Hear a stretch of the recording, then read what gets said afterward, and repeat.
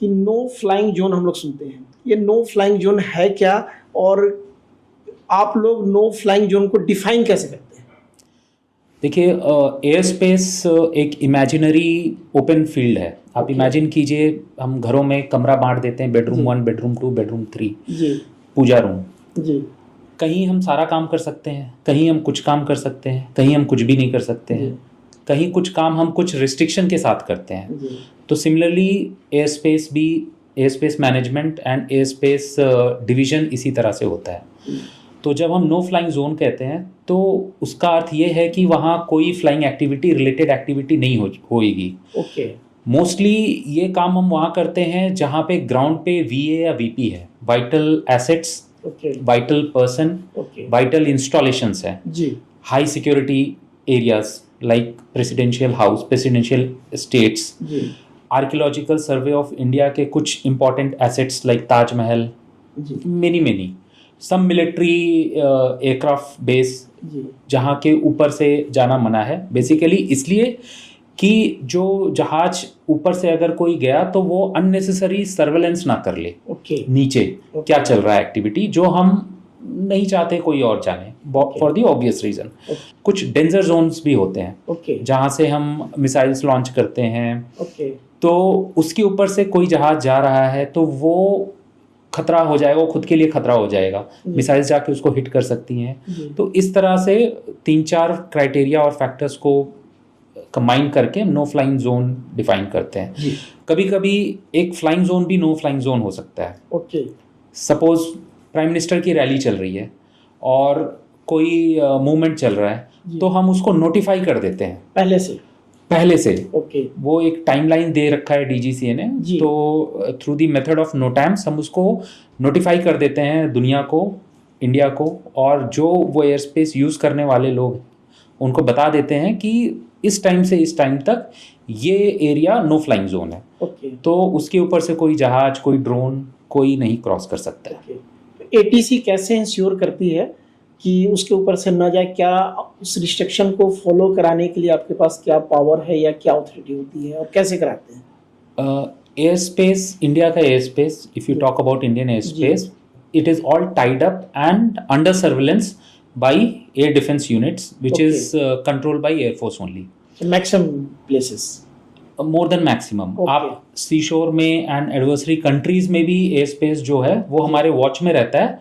However control में हमारी sovereignty of the Indian air space is under the control of air force and air defence control units.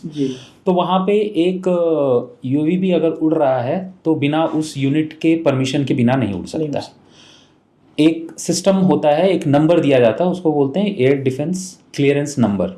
तो कोई भी flying object, चाहे वो manned हो, अनमैन्ड हो, अनमैन्ड का मतलब यूएवीज हो, आरपीएस हो, जो पायलटलेस एयरक्राफ्ट आजकल हम बोलते हैं, ड्रोन्स जिसको बोलते हैं, वो अनमैन्ड है।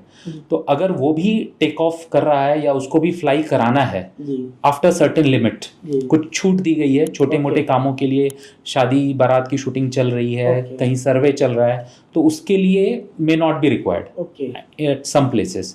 बट उसके बियॉन्ड अगर कोई काम चल रहा है तो बिना उसके एयर डिफेंस क्लियरेंस के वो उड़ ही नहीं सकता। और अगर वो उड़ रहा है तो it will be a threat, it will be taken as a threat, और फिर उसके काउंटर मेजर्स हैं। तो क्या एक्शन लेंगे अगर मान लिया कि कोई नो फ्लाइंग जोन में कोई एयरक्राफ्ट ऑब्जेक्ट आ गया, तो उसको पहले हो सकता है वार्न करे, अगर वो न माने फिर उसको शूट कर दिया जाता है। अच्छा, अथॉरिटी है जी बिल्कुल। सर, अभी आपने ना एक शब्द यूज किया है नोटैम, तो नोटैम होता क्या है? जी, नोटैम का फुल फॉर्म है नोटिसेस टू एयरमैन। सो एक सिस्टम डिवाइस की गई है, जैसे ब्रॉडकास्ट हम बोलते हैं। गवर्नमेंट ब्रॉडकास्ट कर देती है कि आज फलाना जिले में हड़ताल है, सेक्शन 144 अर्स्टवाइल आईपीसी का लग रखा है, तो वो एक नोटिफिकेशन का जरिया है। तो similarly any activity which is related to flying, और हम जिस एजेंसीज को बताना चाहते हैं उसका जरिया होता है नोटैम। इसके काफ़ी सीरीज होते हैं, सीरीज ए, सीरीज बी, फलाना फलाना।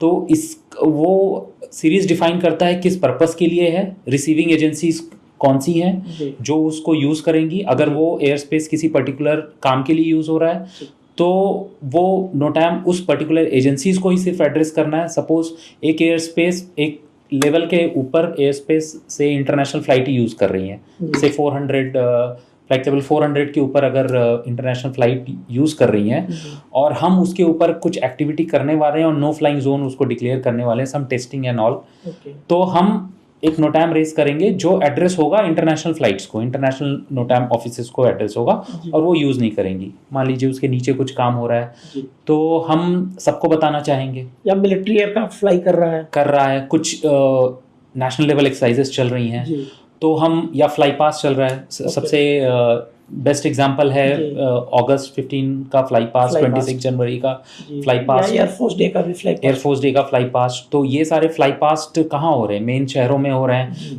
प्रॉक्सिमिटी ऑफ इंटरनेशनल एयरपोर्ट्स हो रहे हैं। तो अगर ये होंगे तो definitely domestic as well as international flight disturb होंगी। फ्लाइट्स आप भी सुनते होंगे कि फलाना से फलाना टाइम के बीच में एयर स्पेस बंद रहेगा, तो वो इंफॉर्मेशन देने का जरिया होता है नोटैम।